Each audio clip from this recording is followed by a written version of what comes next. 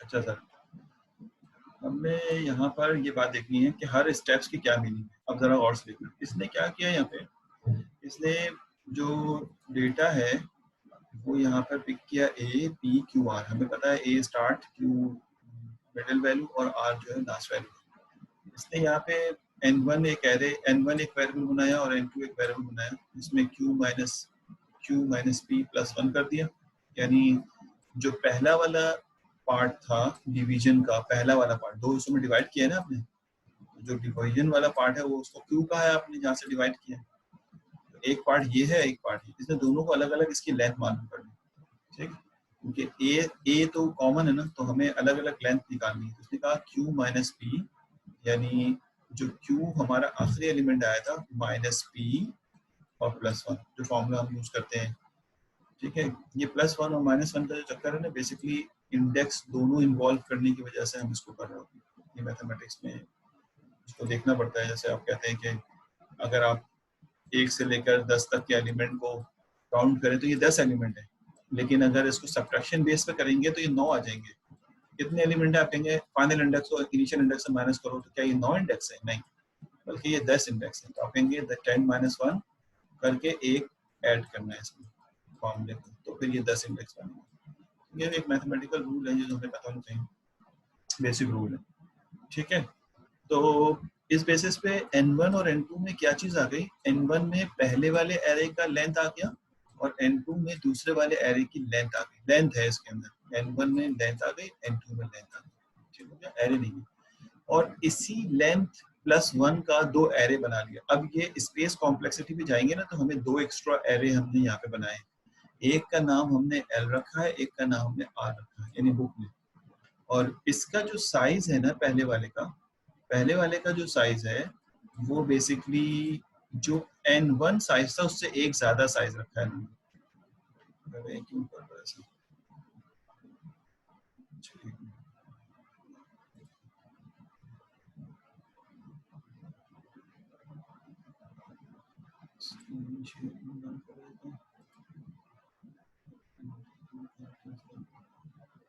ठीक है, अच्छा जी, ये तो समझ में आ गया वो तुम्हारे।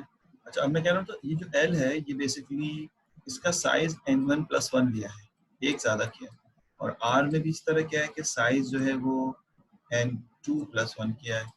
दोनों में एक एक साइज, दोनों में जो एक एक साइज ज्यादा किया है ना, उसकी जो आखिरी लोकेशन है ना, आखिरी लोकेशन, आखिरी इंडेक्स आपको पता है। जैसे अगर ये 1 है ये 2 है तो आखिरी इंडेक्स जो होगा n1 प्लस 1 होगा, और इसका आखिरी इंडेक्स जो होगा वो होगा n2 प्लस 1 होगा। इसके आखिरी इंडेक्स में हमने एक सेंटेंशियल एलिमेंट यानी इंफिनिटी जो है वो इंसर्ट कर दिया। ये करना ना करना बेसिकली आपकी मर्जी है, बुक कर रहा है तो हमने यहाँ पे उसको एक्सप्लेन किया है कि आखिरी एलिमेंट में ये इनपुट किया। खैर उससे पहले की 3-4 मैंने मिस की, वो भी बताता हूँ मैं। अभी तो ये बताया कि आखिरी एलिमेंट में इसने बाय फोर्स ये डाला है, इसलिए कि डिटेक्ट करना कि आपका पॉइंटर अगर यहाँ पे आ गया है, इस जगह पे आ गया है किसी एक एरे का, और इसका पॉइंटर अगर यहाँ पर है, तो पहले वाले का एरे अगर इस एंड पे आ गया है तो आप बाकी यहाँ दूसरे वाले में एज इट इज कॉपी कर लें। ये बात यहाँ पे बेसिकली बतानी है। if a pointer reach to the sentential element any of the array, इसमें आ जाए तो अगर इसका पॉइंटर यहाँ पर है तो बाकी एलिमेंट रिमेन एज कॉपी कर लें। ये बात बताने के लिए ये काम यहाँ पे किया है, वो मैं भी यहाँ पे समझाऊंगा। अब वो कहता है कि देखिए दो लूप चला रहा है। पहला लूप जो है वो 1 से लेकर n1 तक है, दूसरा लूप 1 से लेकर n2 तक। पहले लूप में क्या हो रहा है गौर से देखिएगा, जो पहले पार्ट का डेटा है वो इसमें कॉपी हो रहा है। ये लूप इसके सुपरविजन में नहीं है, ये सारी बातें आपको समझनी है। ये लूप और ये लूप अलग अलग चल रहे हैं क्योंकि दोनों इंडेंटेशन के बेसिस पे सेम स्पेस के साथ है। तो ये लूप कंप्लीटली चलेगा, उसके बाद ये लूप चलना शुरू होगा, ठीक है। ये लूप चलने के बाद फिर ये लूप चलना शुरू होगा। तीनों लूप एक दूसरे पे डिपेंडेंट नहीं है, अलग अलग लूप है। समझ आ रही बात? ये बहुत इंपॉर्टेंट है। अगर मैं एग्जाम में दूँ और आप कहेंगे ये तो इसके सुपरविजन में है, तो ऐसा नहीं है, बल्कि हम यहाँ पे क्योंकि प्रोग्राम नहीं लिख रहे इसलिए कर्ली ब्रैकेट नहीं बल्कि पाइथन के बेसिस पे काम कर रहे हैं। तो इंडेंटेशन के बेसिस पे जो है वो सीरियल प्रोसेस है। ये कंप्लीट इसमें क्या करना चाह रहे हैं, सिर्फ ये बताना है। इसमें करना ये चाह रहे हैं कि ए में पहले वाले एरे का डेटा, पहले ए में जो पहला एरे हमने पास किया था, यानी यहाँ से लेकर यहाँ तक का जो पोर्शन, ए तो पूरा था लेकिन यहाँ तक का जो पोर्शन था उसका डेटा कहाँ तक का, जो हमने अभी सॉल्व किया है उस पूरे डेटा जो है n1 तक का डेटा साइज वो L1 में हमने कॉपी कर, देखें क्या किया हमने कि 1 से चलाया और n1 तक चला दिया। तो इसका मतलब ये हुआ कि L1 यानी L जो एरे है इसके शुरू से लेकर n1 तक डेटा कॉपी हो जाएगा, और डेटा कहाँ से कॉपी होगा, A से कॉपी हो जाएगा। आखिरी सेल अभी बाकी रह जाएगा क्योंकि इसका साइज n+1 था, साइज n+1 है और आपने एरे n1 तक चलाया, तो एक सेल बाकी रहेगा ना, उस सेल में आखिर में ये इंटर करना है, जिसकी वजह से उसको एम्प्टी छोड़ा गया। ठीक हो गया। तो आपने कहा कि L1 में आपने ये इंटर कर दिया और इसी तरह से दूसरा लूप चला के आपने J से लूप चला के R के अंदर डेटा इंटर कर दिया, तो इसको भी N2 तक चलाया है, आखिरी सेल आपने बाकी रहने दी।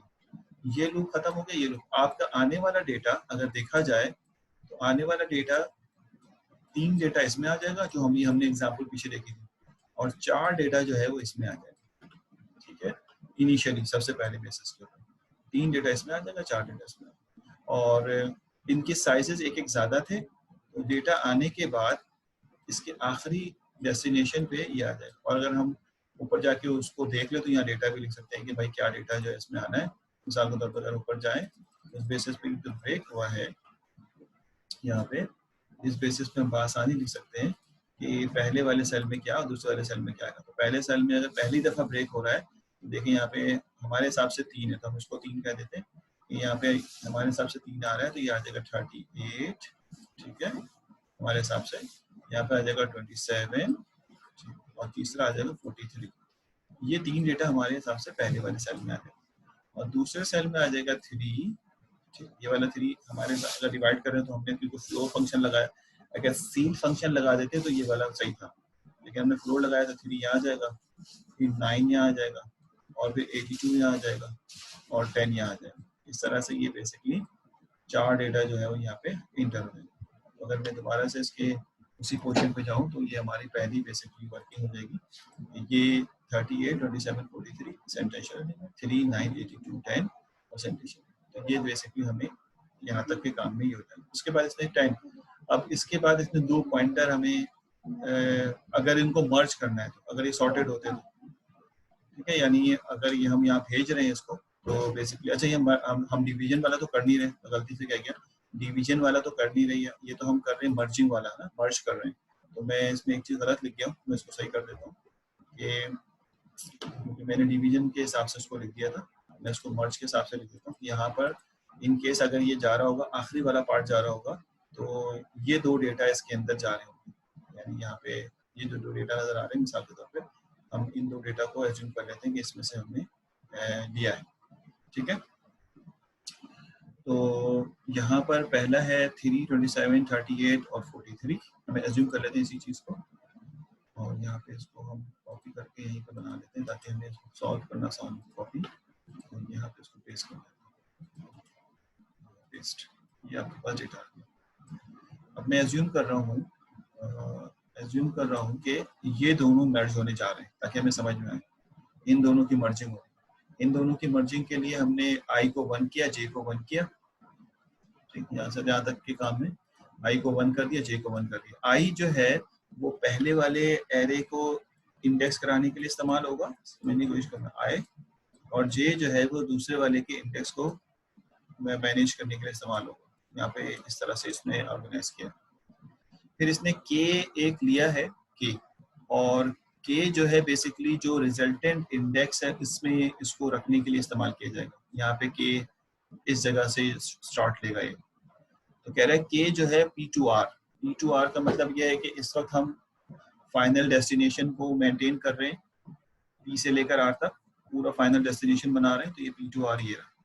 अगर ये कोई बीच वाला एलिमेंट होता, तो P2R इसका यहाँ से लेकर यहाँ तक सिर्फ 4 एलिमेंट होते, जो भी इसके इंडेक्स होते। यहाँ पर P2R जो है ये वाला ये इंडेक्स होता जो मर्ज होकर आ रहा है। ठीक है, तो P2R हमने कहा कि इसको चलाएंगे और K की इंडेक्स से इसको रन करेंगे। अब देखना ये है कि हो क्या रहा है। देखें, इसने कहा कि अगर Li अगर छोटा है RJ से, Li दोनों की लोकेशन अभी 1, 1 है, ये भी 1 है और ये भी 1 है, ये इनिशियल चला है अभी, तो L इसको कह रहे हैं, R इसको कह रहे हैं। अगर ये वाला डेटा इससे छोटा है, तो क्या करना चाहिए हमें कि ए इस वाले 3 को यहाँ कॉपी कर देना चाहिए, ये वाले एलिमेंट। इस एरे का नाम तो ए है लेकिन हैंडल ये के से हो रहा है।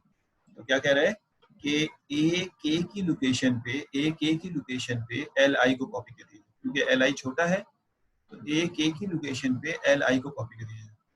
ए के में पी आ रहा है, पी का मतलब जो भी एरे का इंडेक्स होगा। अगर ये इस वक्त 1 से शुरू हो रहा है तो 1 लोकेशन पे, अगर 5 से शुरू हो तो 5 लोकेशन। तो अगर 1 से शुरू हो रहा है तो पहली लोकेशन पे जो है 3 कॉपी कर दिया, ये वाला इस बेस पर। और हमने क्या बात की थी कि जिस जगह से कॉपी हो रहा होता है उसका इंडेक्स एक आगे चले जाता है। तो अब आई में यहाँ पे होंगे आप, आई अब यहाँ पे होंगे, जे में कोई चेंज नहीं आएगा। और क्योंकि ये इफ एल्स के बेसिस पे है तो अगर ये ट्रू हो गया तो ये वाला ट्रू नहीं होना है, तो आप दोबारा वापस फॉर पे चलेंगे और के ऑटोमेटिकली 1 की जगह, या अगर 1 से शुरू हुआ है तो 1 के बाद 2 हो जाएगा। यानी के का हमेशा 1 से शुरू होना जरूरी नहीं है। अगर मिडिल टर्म होता, ये वाला टर्म होता, तो यकीनन के की वैल्यू डिफरेंट होती। अगर ये वाली दोनों को कर रहे होते तो के, इन दोनों को कर रहे होते तो के की वैल्यू डिफरेंट होती। ये भी हम कभी कर लेते हैं, लेकिन इनमें क्योंकि ये पहला इंडेक्स है, ये आखिरी इंडेक्स है, तो 1 से शुरू हुआ है। इस वक्त हम इसको समझा रहे हैं, इसको समझाऊंगा तो मैं अभी डिफरेंट कर देता हूँ, ठीक है। उसके बाद अब जब नीचे आएंगे तो ये क्योंकि दोनों जो है वो आपको नजर आ रहा है, एक में आई है एक में जे है, आपको नजर आ रहा होगा। इस बेसिस के ऊपर एक में आई एक में जे है, तो आई में तो चेंज आ गया है 2, एक आगे चला गया, लेकिन जे में कोई चेंज नहीं आया है अपनी जगह पे।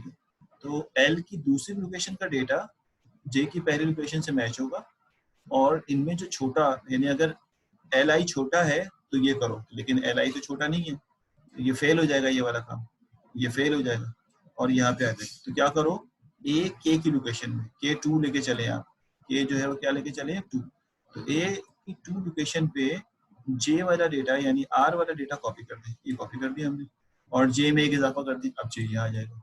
तो आई भी सेकंड पे और जे भी सेकंड पे, ये लेके फिर यहाँ जाएगा और के में एक इजाफा करेगा, यानी के की तीसरी पोजीशन। यानी अब जो डेटा कॉपी करना है वो इस लोकेशन पे करना है। इन दोनों को कंपेयर करेगा। इनको कंपेयर करने के लिए वो फिर यहाँ पे देखेगा कि आई किस लोकेशन पे है और जे किस लोकेशन पे है। तो आप देख ही रहे हैं कि आई जो है वो बेसिकली लोकेशन नंबर 2 है और जे भी लोकेशन नंबर 2 है। तो इन दोनों को कंपेयर करेगा। देखिए 27 को 10 से कंपेयर करेगा तो 10 छोटा है, फिर इसको यहाँ कॉपी कर देगा।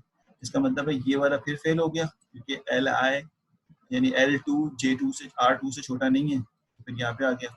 और K3 के ऊपर A3 के ऊपर यहाँ पे इस लोकेशन पे 10 को कॉपी कर दिया, और उसके बाद जे में इजाफा किया, जे यहाँ पे आ गया, जे जो है वो यहाँ पे आ गया, और के में एक और इजाफा करके के को जो है 4 कर दिया गया। के जो है वो क्या हो गया 4। ये बात समझ में आ रही है। के जो 4 हुआ तो फिर नीचे आया, फिर इसको काउंटिंग शुरू की। इसने कहा कि के की 4 की वैल्यू के लिए कर रहे हैं, आई में अपनी जगह पे है और जे जो है वो तीसरी लोकेशन पे है। तीसरी लोकेशन का डेटा इसकी दूसरी लोकेशन के डेटा से बड़ा है, यानी ये बात ट्रू हो गई, ये ट्रू हो गई। फिर 27 देखने कॉपी हो गया, 27 कॉपी हुआ और फिर ये यहाँ आ गया। सिमिलरली ये इस तरह कॉपी होता जाएगा और यहाँ पे डेटा स्टोर होता जाएगा और इसके बाद ये बाहर निकल जाएगा। अगर हम देखें तो ये हमने हमेशा इसको 1 से, ऐसा नहीं है। अगर इसी काम को हम इस लोकेशन के लिए करेंगे तो डेफिनेटली आई और जे स्टार्टिंग डिफरेंट होगी। यानी मिसाल देता हूँ मैं, अगर मैं इसकी इंडेक्सिंग की बात करूँ तो 1 2 3 4 इसकी इंडेक्सिंग क्या होगी 5, ठीक है। इसकी इंडेक्सिंग क्या होगी 6, इसकी क्या होगी 7। ये बात समझ में आ रही। तो यहाँ पर जब हम इसको सॉल्व कर रहे होंगे ना, तो डेटा जो स्टोर होगा, अगर देखा जाए डेटा जो स्टोर होगा वो 5 6 और 7 लोकेशन पे होगा हमारे एरे के, एरे ए के 5 6 7 लोकेशन पे होगा, क्योंकि उस लोकेशन का डेटा है। उस सूरत में ई जो है वो 5 हो जाएगा और आर जो है वो 7 हो जाएगा। अब जरा सॉल्व करें। आपने कहा आई जो है वो 1 है, जे जो है वो क्या है 1 है, आई 1 है जे 1 है। तो इसकी जो पहली लोकेशन है, यानी आप कह रहे हैं कि यानी ये जो एरे आपके पास है, इसकी जो पहली लोकेशन है, यानी के लिए तो ये 5 6 आ गया ना, लेकिन अगर आपने इसको इंडेक्सिंग की हुई, अपनी इंडेक्सिंग की हुई है, तो ये 1 है, ये 2 है, ये 3 है। तो ये पहली लोकेशन आ गया कि पहली लोकेशन एल की पहली लोकेशन जे आर की पहली लोकेशन के बराबर है या नहीं। यानी इस वाले को तोड़ने के बाद भी इसका इंडेक्स अगर 1 हो गया था, तो ये दोनों आपस में बराबर है, यानी ये वाला डेटा छोटा है या नहीं। आपने कहा हाँ ये डेटा इससे छोटा है, और से देखने का क्या 9 जो है वो 10 से छोटा है। जब ये ट्रू होगा तो कॉपी कहाँ करना है, कॉपी क्योंकि हमें इसको अपने एरे की लोकेशन पे करना है, जो हमारा अपना एरे है तो उसकी कौन सी लोकेशन पे करना है, 5th लोकेशन पे, क्योंकि के जो है वो कहाँ से चलना शुरू हुआ है, 5 से चलना शुरू हुआ है कहाँ तक, 7 तक। अब ये 1 से के बजाय 5 से चलना शुरू, 5th लोकेशन पे 9 कॉपी हो जाएगा। तो इस तरह से ये बेसिकली अपने इंडेक्स को चेंज कर रहा होगा। और हम इसको और भी मॉडिफाई कर सकते हैं कि अगर आप ये कंफ्यूज हो रहे हैं कि इसमें इंडेक्सिंग 1 2 से ना हो, इसमें भी वही इंडेक्सिंग हो जो कि तोड़ने के बाद की गई थी, तो आप इस आई और जे को भी आप यहाँ पर वही इंडेक्स दे दें जो बेसिकली इस वाले पोर्शन का इंडेक्स बना हो। यानी मिसाल के तौर पे आई का इंडेक्स और जे का इंडेक्स जो है वो आप इसी बेसिस पे कर दें कि जे जो है वो 7 से ऑनवर्ड है 6 तक, और इस तरह से ये रन हो रहा होगा। तो इस बेसिस पे हम इसको कर सकते हैं, लेकिन इसमें कंफ्यूजन ये है कि आई कहाँ से शुरू होगा कहाँ से खत्म होगा, ये कंफ्यूजन होती है, जिसकी वजह से हम इसको इंफरादी जब इसको सॉल्व कर रहे होते हैं तो 1 2, लेकिन जब स्टोर कर रहे होते हैं तो इसको हम बेसिकली मेन एरे के हिसाब से स्टोर कर रहे होते हैं कि 5th 6th और 7th लोकेशन में स्टोर करेंगे। और ये इतना बड़ा इशू भी नहीं है कि हम इसको किस तरह मैनेज करें, इशू तो ये था कि हम इसको मर्ज कैसे करें। जब ये मर्ज हो गया तो भाई इसमें हमें इसकी time complexity, individual time complexity जो है वो कैलकुलेट करनी है। ठीक है, इसकी इंडिविजुअल टाइम कॉम्प्लेक्सिटी अगर देखा जाए तो हम इसके तमाम फॉर को हिट करें अगर, तो इसके तमाम फॉर को हिट करने के लिए हमारे पास जो एलिमेंट है वो ये है कि देखें ये वाला क्वेश्चन शायद कोई बात समझ नहीं। हाँ very good, order of n बहुत आ ऑर्डर ऑफ एन इसलिए कि अगर हम देखें तो ये वाला पार्ट जो है और ये वाला पार्ट जो है और ये वाला पार्ट इंफरादी तौर पे चल रहा है। ठीक है, हर पार्ट जो है वो इंफरादी तौर पे रन हो रहा है। तो आप कहेंगे कि भाई फाइनली अगर हम देखें इस वाले पार्ट को तो ये कितनी दफ़ा रन हुआ होगा, अगर ये वाला देखें तो ये n/2 बहुत मैक्सिमम रन हुआ, तो ये n/2 रन हुआ आधे के लिए, ये n/2 के लिए रन हुआ आधे के लिए। ठीक है, बात समझ आ रही है? बाकी सब अपनी कांस्टेंट रनिंग टाइम ले रहे हैं, ये एक लेगा ये एक लेगा, अगर मैं सबको भी देखूँ ये भी कॉपी करने का एक टाइम लेगा, ये भी कॉपी करने का एक टाइम लेगा, लेकिन ये जो है वो n/2, ये जो n/2, क्योंकि आधा डेटा अगर हम मैक्सिमम कर लें तो, और उन आधे डेटे को अगर हम कंबाइन कर रहे होंगे तो ये पूरा चलेगा n तक। बात समझ आ रही, ये n तक पूरा चल रहा होगा अगर हम बिल्कुल लास्ट वाले को देख रहे हैं तो।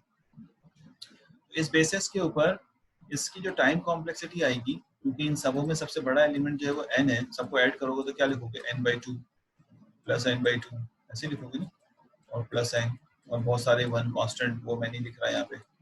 तो इसका फाइनली टाइम कॉम्प्लेक्सिटी जो आ जाएगा ऑर्डर ऑफ n, यानी एक लीनियर कैटेगरी में आ जाएगा। ये इटसेल्फ एक ब्रूट फोर्स कैटेगरी नजर आ रही है हमें, जो बेसिकली मर्ज कर रहा है इसको और एक फॉर के लूप से जो है उसको हैंडल किया जा रहा है। ठीक है, बात समझ? तो ये हमें ऑर्डर ऑफ n, हाँ बिल्कुल सही, और इस तरह बहुत सारे n आ जाएंगे। तो ये हमने कहा कि अगर मर्ज की बात करें तो मर्ज जो है वो basically order of n time complexity रखता है। अब आइए जरा इसको एनालाइज करने की कैटेगरी के अंदर। अगर मैं एनालाइज करने जाता हूँ अपने जो हमने पुराने मेथड अडॉप्ट किया था और रिकर्सिव बेस का जो हमने लास्ट क्लासेस में सॉल्व किया, तो उस बेसिस पर अगर हम सॉल्व करें तो हमें नज़र आ रहा है कि हम बासानी जो है वो इसको लिख सकते हैं। देखें ये एल्गोरिथम जो है वो 2 रिकर्जन कॉल कर रहा है, एक मर्ज कॉल कर रहा है। जो रिकर्जन कॉल कर रहा है इसमें आधा डेटा भेज रहा है, दोनों में, इसमें भी आधा करके भेजता है और इसमें भी आधा करके भेज रहा है, यानी जो n आप ऊपर से रिसीव करते हैं पूरा का पूरा डेटा, वो इसको 2 हिस्सों में डिवाइड करके, चाहे ये n हो और अगर ये n है, अगर ये यहाँ से n/2 ही आप पास कर रहे हैं, डेफिनेटली ये n/4 करके इसको जो है वो यहाँ से डिवाइड कर देंगे, ये आधा डेटा जो है उसको कर देता है जब भी यहाँ से पास करते हैं इंटरनल रिकर्जन से। तो अगर हम देखें तो हम कहेंगे कि मुझे बेसिकली इसकी टाइम कॉम्प्लेक्सिटी चाहिए, इसकी टाइम कॉम्प्लेक्सिटी। अब हमें इसकी टाइम कॉम्प्लेक्सिटी जो मेन मर्ज है जिसमें आपने पूरा एरे ए भेजा था, पूरा एरे भेजा था, इसकी टाइम कॉम्प्लेक्सिटी जो है बेसिकली इन 3 चीज़ों पे मुश्तमिल है। अगर इसको हम कांस्टेंट कर भी दें तो इन 3 चीज़ों पे जो है वो मुश्तमिल है। क्या 3 चीज़ें? मर्ज, मर्ज और मर्ज सॉर्ट का रिकर्जन और मर्ज। यानी अगर आप कहें कि मैं अगर टाइम कॉम्प्लेक्सिटी निकालना चाहता हूँ मर्ज सॉर्ट, जो मैंने जो ऊपर है, इसके लिए मुझे इंटरनली 3 जॉब करनी है। पहली जॉब कि मुझे दोबारा से रिकर्जन कॉल करना है हाफ करके, ठीक है। फिर मुझे रिकर्जन कॉल करना है हाफ करके, इस तरह लिखते हैं। फिर मुझे रिकर्जन कॉल करना है हाफ करके, ये हो गया दूसरा। और फिर एक मर्ज कॉल करना है जिसकी टाइम कॉम्प्लेक्सिटी जो है वो ऑर्डर ऑफ एन, वो मैंने एनालाइज कर लिया। ठीक है, तो इसको जब फाइनली करके लिखेंगे तो आप लिखेंगे 2t n/2 और प्लस ऑर्डर ऑफ एन। अब इसको अगर हम सिंप्लीफाई करने जाए ना, जैसे हमने पहले किया था, तो काफ़ी डिफिकल्ट होगा कि मैं इसको सिंप्लीफाई करूं और रिकर्जन इसकी जो है वो रिकर्जन रिलेशन तो बन गया, लेकिन उसको एक्सपेंड करूं तो ये काफ़ी दुश्वार गुजार काम है, एक्सपेंशन इसका। तो हम उसको अपने प्रीवियस मेथड से अडॉप्ट नहीं करेंगे। हाँ, ये कर सकते थे कि इसको हम एक, जो हमारे पास एक टेक्निक है जिसको हम कहते हैं मास्टर थ्योरम, तो हम इसको मास्टर थ्योरम से कर सकते हैं। ठीक है, जो अभी हमने नहीं पढ़ा। मास्टर थ्योरम बता देता है कि इसकी टाइम कॉम्प्लेक्सिटी क्या है। तो अगर आप कहते हैं कि मुझे Tn की टाइम कॉम्प्लेक्सिटी निकालनी है, तो मुझे Tn-2 की टाइम कॉम्प्लेक्सिटी चाहिए, क्योंकि इसकी तो आ चुकी है। तो Tn/2 की निकालना चाहेंगे तो Tn/4 की चाहिए होगी, Tn/4 की निकालना Tn/8 की चाहिए होगी।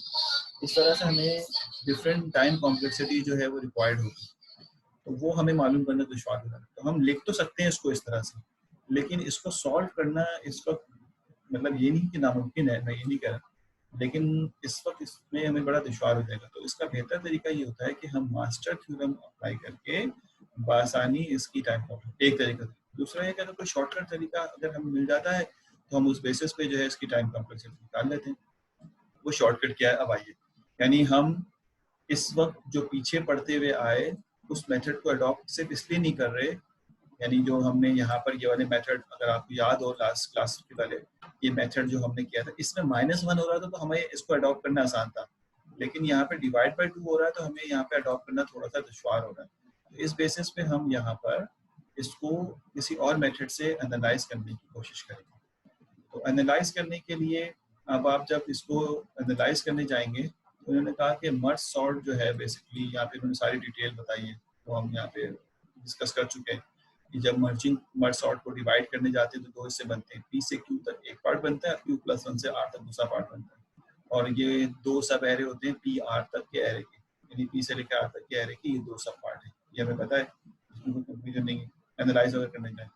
उसके बाद कहता है ये है कि अगर हम इंडिविजुअली मर्ज को एनालाइज करें, मर्ज वाले पार्ट को, यानी जो मर्ज वाला पार्ट है इसको अगर हम इंडिविजुअली एनालाइज करें, तो इसको मैंने एनालाइज कर दिया, नहीं समझ में आया दोबारा पूछ लो, कोई इशू नहीं है। तो इसका जो हमारे पास एनालाइज करने के बाद रिजल्ट आया वो ऑर्डर ऑफ एन आया, सिर्फ मर्ज का। ठीक, सिर्फ मर्ज का ऑर्डर ऑफ एन आया। उसके बाद अगर हम जाएं तो हम यहाँ पे कहते हैं कि जो डिवाइड, अब ये बाकी सारी चीज़ों को इंडिविजुअली जो है वो सॉल्व कर रहा है कि भाई किस तरह से हम इसको डिवाइड करने का स्टेप कितना टाइम लेगा, इसका स्टेप। उसके अंदर जो हमारे पास, मैं इसको अभी मतलब आपको समझना है ना तो पूछना जरूर, एक बात हमें इसमें क्लियर करनी है, इंपॉर्टेंट। यानी ये वाला काम जो करना है ये कांस्टेंट टाइम है, ऑर्डर ऑफ वन, साइज पे डिपेंडेंट नहीं है, चाहे ये 50 साइज का हो चाहे ये 1000 साइज का हो, इसको सेम टाइम चाहिए डिवाइड करने के लिए, क्यू डिफाइन करने के लिए। उसने कहा है कि इसने यहाँ पे ये बात की है कि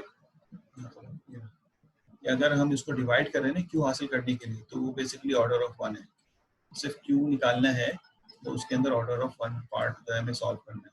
और कंपेयर जो कर रहे हैं वो हर एक जो है वो हाफ, हम उसको सब एरे बना के भेजें, चाहे जितना बड़ा भी एरे हो, चाहे 2 साइज का हो तब भी उसको हाफ करें, चाहे 50 साइज को तब भी उसको हाफ करें, रिकर्जन बेसिस। अब ये रिकर्जन समझना है कि ये कितना टाइम लेगा। और कंपेयर वाला टाइम जो है, यानी जो कंबाइन वाला टाइम है, वो basically order of n time जो है वो ले रहा है। ठीक है ये, और हर स्टेप में n/2 जो है वो साइज एग्जिस्ट करता है, यानी हर स्टेप के अंदर आधा करके आप उसको डिवाइड कर रहे हैं। तो ये 3-4 चीजें where recursively sort 2 sub-array of approximately n/2 elements, each takes some amount of the time, but we will account for that time when we consider the sub problem. यानी अगर मैं आपको जैसे तो कह रहा था ना कि अगर इसको देखा जाए, ये वाली डायग्राम देखी जाए, तो मिसाल के तौर पे अगर हम इस स्टेज पे खड़े हैं स्टूडेंट, अगर हम इस स्टेज पे खड़े हैं ये वाले स्टेज पे, तो अगर मैं इसको मर्ज करने की कोशिश करूँ, गौर से मर्ज करने की कोशिश करूँगा, तो यहाँ पर लूप चलेगा 2 दफा, मिसाल दे रहा हूँ, फिर ये भी चलेगा 2 दफा, फिर 2 दफा, और यहाँ पे कोई लूप नहीं चल रहा। तो बेसिकली देखा ये जा रहा है कि इस स्टेप में जैसे ये वाला पार्ट था, ये 200 में डिवाइडेड है, एक पार्ट ये, एक पार्ट ये, 200 में डिवाइडेड, एक पार्ट ये, एक पार्ट, ठीक है। जब हम इस पूरे गौर से सुनेंगे क्या क्या, जब इस पूरे को कंसीडर करें तो इस पूरे को यानी मर्ज चलाने के लिए, यानी इसको कंपेयर करने के लिए, यानी कंबाइन करने के लिए, कंबाइन के साथ साथ हम इसके अचीवमेंट भी चाहते हैं, तो उसको करने के लिए हमें n दफा कंपैरिजन करनी है, यानी n दफा से मुराद है n डेटा को कंसीडर करना है हर स्टेप के अंदर।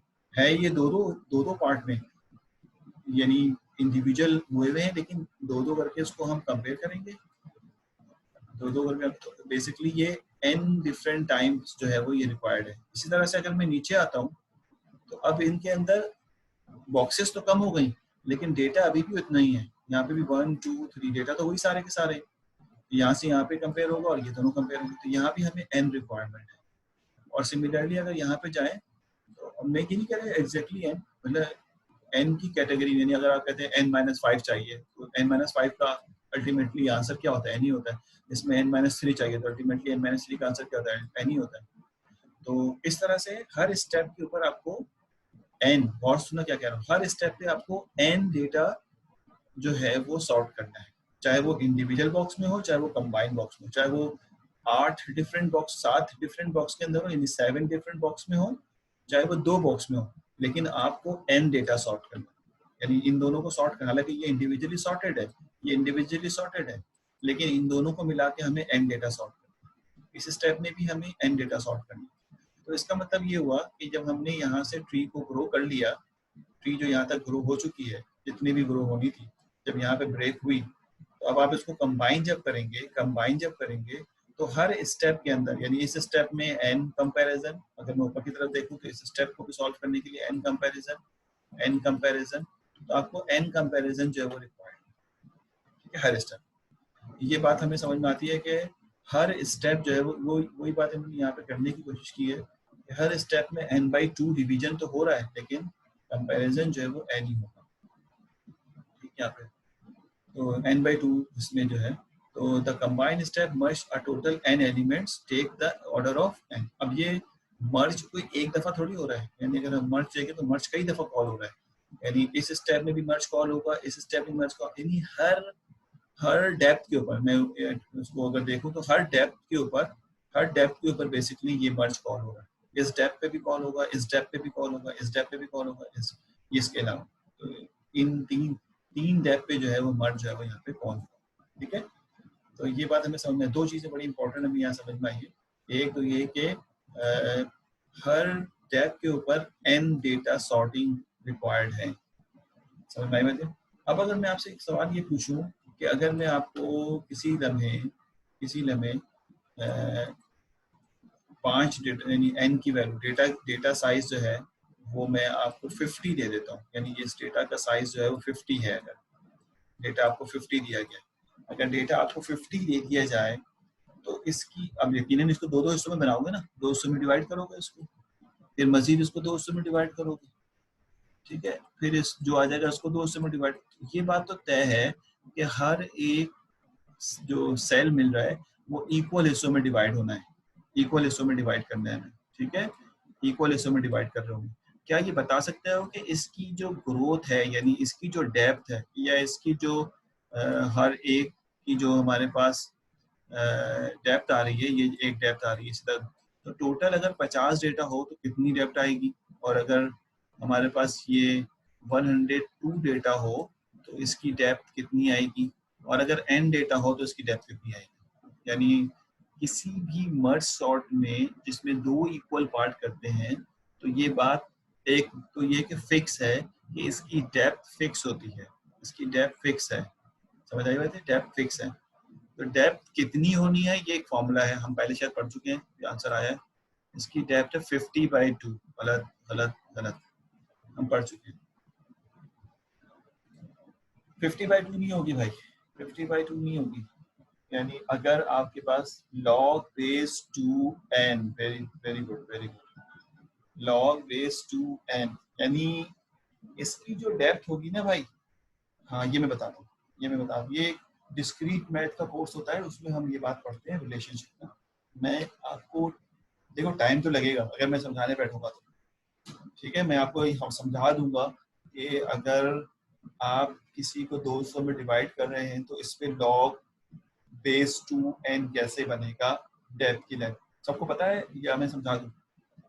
यानी मैं आपको ये रिलेशनशिप बना के समझा सकता हूँ कि इस पे लॉग बेस 2n डेप्थ क्यों आएगी, यानी मिसाल के तौर पे नहीं पता है, मैं बताता हूँ। देखो मिसाल के तौर पे थोड़ा टाइम तो लग जाएगा, लेकिन चलो इतनी लर्निंग हो जाएगी आपकी। मैं एक नई शीट खोलता हूँ यहाँ पे, मिसाल के तौर पे यहाँ पे शीट खोलते हैं। अच्छा जी, हम बात कर रहे हैं एनालाइज करने की, और एनालाइज करने का अंदाज डिफरेंट अपनाया हुआ है, उसको हम यहाँ पे समझना चाह रहे हैं। ठीक है, देखो होता क्या है, पहली बात तो ये समझने की कोशिश करना कि मेरे पास अगर 6 डेटा है, ठीक है, सुनना गौर से। अब्दुल्ला कह रहे लॉग वाला पता है, वेरी गुड अब्दुल्ला, बहुत अच्छी बात है, पता है तो बहुत ही आ रहा है। मिसाल के तौर पर 6 डेटा है, मैं इसको डिवाइड करूंगा तो पहली डेप्थ में कितने कितने डेटा डिवाइड हो जाएंगे, 3 और 3 हो जाएंगे, और अगले वाले में कितने हो जाएंगे, यहाँ पे अगले वाले में 1 और 2 हो जाएगा। मिसाल के तौर पर यहाँ पर भी कितना हो जाएगा, 1 और 2 हो जाएगा, ठीक हो गया। और उसके अगले स्टेप में कितना हो जाएगा, अगले वाले में कितना आ जाएगा, 1 और 1, नहीं एक सिंपल रिलेशनशिप है ये। और यहाँ पे भी कितना आ जाएगा, 1 1, यही चाहते हैं ना। डेप्थ गिनो कितनी हो गई, 1 2 3 4, पहले वाले को हटा दें क्योंकि ये तो पहले से मर्ज होता है, तो हम यहाँ से गिने तो 1 2 3, ठीक है। तो आपने कहा था 50 डिवाइड बाई 2, तो बिल्कुल सही लग रहा है, 6 डिवाइड बाई 2 सही है ना। तो कितनी डेप्थ आ गई, 3, 6 डिवाइड बाई 2 कितनी आ गई, 3। ये बात समझ में आती, 6 डिवाइड बाई 2। आपके वाले बात अभी सही लग रही है रिजवान सर, लेकिन ऐसा है नहीं, 6 डेटा है तो 3 डेप्थ है, ठीक। मिसाल के तौर पे मैं यहाँ पर इस डेटा का साइज जो है वो 8 कर देता हूँ, 8, ठीक। 8 के ऊपर क्या होने जा रहा है, यहाँ पर और यहाँ पर 4, और ये 4, इस 4 के बेसिस पे यहाँ पर और यहाँ पे 2 और 2 और 2 और 2, ठीक हो गया। और इस बेसिस पे ये वाले दोनों 1 और 1, ये भी 1 और 1, ये वाले 1 और 1, और सिमिलरली ये भी 1 और ये भी। कितनी डेप्थ आई, इसको छोड़ दें तो 1 2 3। अगर हम वही फॉर्मूला ले बैठे हैं कि 8 डिवाइड बाई 2, तो इसकी डेप्थ आनी चाहिए थी 4, लेकिन डेप्थ कितनी आ रही, 3। अच्छा यहाँ पे भी मैंने पहले वाले को छोड़ दिया था, इसलिए मैं 3 कह रहा हूँ, ना तो यहाँ से गिनूंगा 1 2 3 4 आ रही आपकी फॉर्मूले के थे, लेकिन मैंने पहले वाले को इसलिए छोड़ दिया कि पहले वाले को अगर काउंट ना करें, 0 से काउंट करें, 0 1 2 तो 4 आनी चाहिए, ठीक है। इसी तरह से ये चेंज होता जाएगा। अगर मैं इस पे 16 करूँ ना, तो इसकी डेप्थ 8 आनी चाहिए, 8 नहीं आएगी। तो इस बेसिस पे, यानी अगर क्योंकि 200 में डिवाइड हो रहा है ना, पहले 8 8 हो जाएगा, देखो गौर से देखना, ये 8 8 हो जाएगा, गौर से समझाने की बात है। यानी 16 है तो 16 डिवाइड बाई 2 कितना होना चाहिए, इसकी 8 डेप्थ आनी चाहिए, लेकिन यहीं से नजर आ रहा है 16 है, तो हमने कहा कि ये 8 8 हो जाएगा। अच्छा 8 की डेप्थ कितनी होती है, हम पढ़ चुके हैं, 3 होती है। 8 जो है वो खुद मिलाया जाए तो 4 होती है, यानी 8 को अगर आगे हम एक्सपेंड करें तो ये 4 डेप्थ, यानी 16 को छोड़ दें तो ये कितनी डेप्थ लेके आएगा, 4 डेप्थ लेके आएगा, 8 को इंक्लूड करके, क्योंकि 8 अभी यहाँ पे नीचे वाला, 16 को अगर छोड़ दें। लेकिन हमारे फॉर्मूले के मुताबिक तो ये 8 डेप्थ होनी चाहिए इसकी, लेकिन इसकी डेप्थ, अगर डेटा 16 है तो डेप्थ सिर्फ और सिर्फ 4 है। समझ आ गई बात, ये इशू है। हाँ बिल्कुल, अबू बकर ठीक बोल रहे थे। तो अब हमें ये सोचना है कि ये कैसे आ रहा है, तो वो कहता है ये है कि देखो ये रिलेशनशिप कुछ इस तरह से होता है कि हमारे पास अगर एक डेटा है, तो अब अगर हम उसको 1 मान रहे, एक डेटा है और उसको 0 मान रहे हैं कि पहला डेटा है और ये मजीद फर्दर डिवाइड नहीं होगा, तो इसकी डेप्थ 0 है, तो हम कहते हैं इसकी डेप्थ 0। मिसाल है 0 से काउंट कर रहे हैं डेप्थ, 1 से भी कर सकते हैं। अगर ये 2 है, डेटा 2 है, अगर डेटा 2 है तो इसकी एक डेप्थ आ जाएगी। ये डेटा 2 है तो बेसिकली एक यहाँ पर और एक यहाँ पर ब्रेक हो जाएगा, ठीक है, तो इसकी एक डेप्थ आ जाएगी। डेटा 3 है, और अगर डेटा 3 है तो आपको नजर आ रहा होगा कि एक यहाँ, दो यहाँ, एक यहाँ, दो यहाँ लगेगा, और एक इसकी दो डेप्थ आ जाएगी। डेटा अगर 4 है तो डेटा 4 होगा तब भी इसकी दो ही डेप्थ होगी। डेटा अगर 5 है, डेटा 5 है तो डेटा 5 के बेसिस के ऊपर अगर हम देखें तो यहाँ पर ये 2 और 3, 2 का मतलब 1 और 1, 3 का मतलब 1 और 2, और इस 2 का मतलब 1 और 2, 1 और 1। कितनी डेप्थ आ रही है? 1 2, ठीक है, 1 2 3। 5 अगर होगा तो 3 डेप्थ हो जाएगी। 6 पे भी 3 आएगा, 7 पे भी 3 आएगा, समझ आ रही बात? और 8 पे भी 3 आएगा, 8 तक, यानी 5 से 8 तक 3 रहेगा। और ये 8 के बाद 9 से चेंज होगा 4, और ये अब आपको अंदाजा होगा 10 पे भी 4, कब तक 4 रहेगा? ये 16 तक, ये ऐसे चलता रहेगा और 16 तक 4 रहेगा। 17 से ये 5 शुरू होगा, समझ आ रही बात है? ये इस बेसिस पे बेसिकली इसने सॉल्व करना है। अब देखना ये है कि जो रिलेशनशिप है ना, ये किस बेसिस पे, यानी 5 पे भी वही डेटा आगे की तरफ बढ़ रहे हैं लेकिन यहाँ वैल्यू में कोई चेंजेस नहीं आ रहा।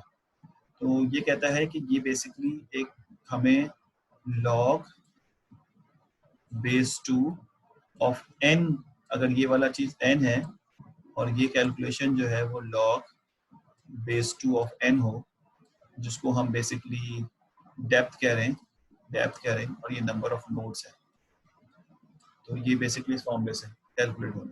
इसमें सील या फ्लोट फंक्शन लगाते हैं, वो भी हम लगा लेंगे। यानी मिसाल के तौर पे अगर मैं log बेस 2 को 2 दूं, और से देखने क्या हो रहा है, log बेस 2 को 2 दूं तो क्या आंसर आता है? 1। देखो 1 आंसर आ रहा है। अगर 2 होगा तो आंसर कितना आएगा? 1, ये 1 आंसर। लेकिन अगर और से देखना, log बेस 2 n को n की जगह 3 रख दूं तो क्या समझते हो? log बेस 2 को 2 दे रहा हूँ तो 1 आ रहा है, तो 3 दूंगा तो 1 से बड़ा नहीं होगा, 1 से बड़ा होगा, लेकिन पॉइंट में होगा 1.12। मैं अपनी मर्जी से लिख रहा हूँ, ये कुछ थोड़ा सा बड़ा होगा। अब ये पॉइंट में जो आंसर है इसको मैंने फ्लोर बना दिया। क्या बना दिया? उसको मैंने फ्लोर फंक्शन, यानी इस फॉर्मूले में फ्लोर फंक्शन लगा दिया मैंने। फ्लोर फंक्शन का मतलब ये है कि 1.12 को अगर 3 दे रहे हैं तो क्या बना दो? 2 बना दो। देखो 3 पे कितना आंसर आ रहा है? 3 पे आंसर आ रहा है 2, अप्रोक्सीमेट एग्जैक्ट डिस्क्रीट बना देता है ये। वेरी गुड अब्दुल बकर।